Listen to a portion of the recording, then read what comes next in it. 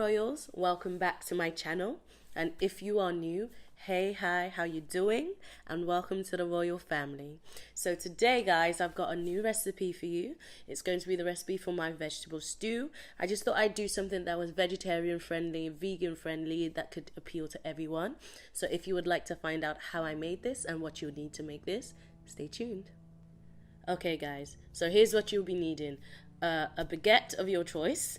I'm using just this ordinary French baguette, and there's a bite missing from it because my friend came over and she saw my baguette and just took a bite out of it. But yes, anyway, you need some potatoes. I'm actually using 3 different kinds because I want to be fancy. An onion, some carrots. I'm using 3. This is a Chinese winter squash, so you might not have that. And what do you call it? Other vegetable thing. Some chilies and garlic. What is that called? Why can't I remember? A squash? No. Aubergine? No. I literally can't remember what that's called. You also need some mushrooms, some rosemary, some vegetable broth. I'm using 3 cans of vegetable broth, some tomato paste, bay leaves. I'll be using about 3 bay leaves, some chili powder, some mixed herbs, some flour, some soy sauce, your choice of red wine, and some oil. I'm using grapeseed oil today. You also need some measuring cups to use to measure out your ingredients, and I'm using a 1 cup measurement, and the rest of them, you see when I use them, I'll tell you exactly which one I'm using. So now what you're going to do is dice your vegetables into bite-sized chunks.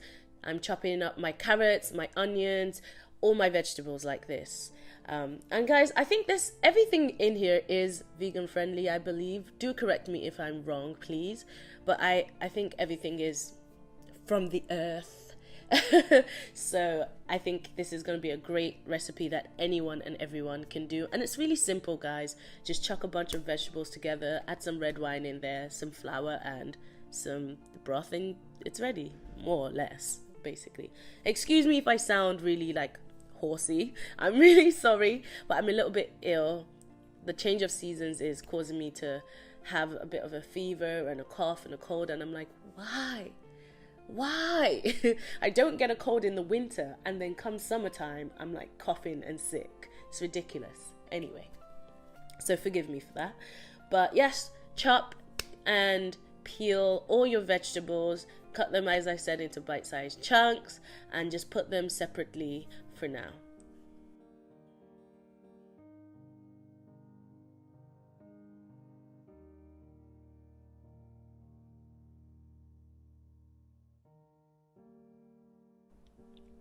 If you guys see how I'm cutting my squash, I'm sort of cutting it like I'm cutting fruit. So I sort of like make lines in it and then just peel it from the bottom, like above the skin. It's literally the easiest way to peel anything and to dice anything. Like, I started doing it a different way and I was like, what am I doing? So yeah. Now, the reason why I chose to use 3 different types of potatoes, this is just something I tried this time. I don't usually make it like this, but I thought it'd be an interesting combination of taste to use like 2 sweet potatoes, 2 like Irish potatoes, and 2 of this other type of white potato. So I've got 2 different types of white potato. I don't even know the names, but I know they're different. Okay, they're different, but you don't have to do this. You can just use your own potatoes that you like. You can use all of the same, whatever. Here I am mincing my garlic. I'm cutting them really, really small because I don't really want to see them in the food. So we're going to start by heating up 2 tablespoons of oil in a pot. Now you can use 2 or 3 or 4, just whatever, but I just use 2. I think I like to start with that and then see if I need more. Now I'm just going to lightly sear the mushrooms just to allow it to release all the juices and the flavor. Oh yeah. So let it release all the juice for just 2 minutes. Sear it on a medium heat, and then I'm adding my onions, my carrots, my chilies, my squash, my winter squash, and my other vegetable which I still can't remember the name of. Like, aha! Zucchini. It's called a zucchini. Finally, that was so annoying. But yes, zucchini, guys, you need 1 zucchini. Let that cook on a medium heat for about 5 minutes and keep an eye on it. While that's happening, I'm just going to open up all my tins. So I'm opening up 3 tins of vegetable broth and a tin of tomato paste. Now check up on your vegetables, give them a bit of a stir, reduce the heat a little bit if you need to, and make sure they're not burning on the bottom. Here I'm adding my garlic to the pan as well as my rosemary. Here you see me adding my seasonings, and I'll just be using 1 teaspoon of chili powder, but you can use cayenne pepper as well, and half a teaspoon of mixed herbs. I used 3 tablespoons of tomato paste. Here I'm using 2 tablespoons of soy sauce, and that's the reason why we're not using any salt in this, guys, because this soy sauce already has ample amount of salt in it. Now I'm adding a bit of vinegar to the bottom because it started sticking, so you can just use your balsamic vinegar to separate it if it starts sticking to the bottom. Now I'm going to add a 1/4 cup of flour, so about 65 milliliters of flour, and give it a stir. Allow the flour to cook into it and make sure that it disappears. Now I'm adding 1/2 cup of red wine.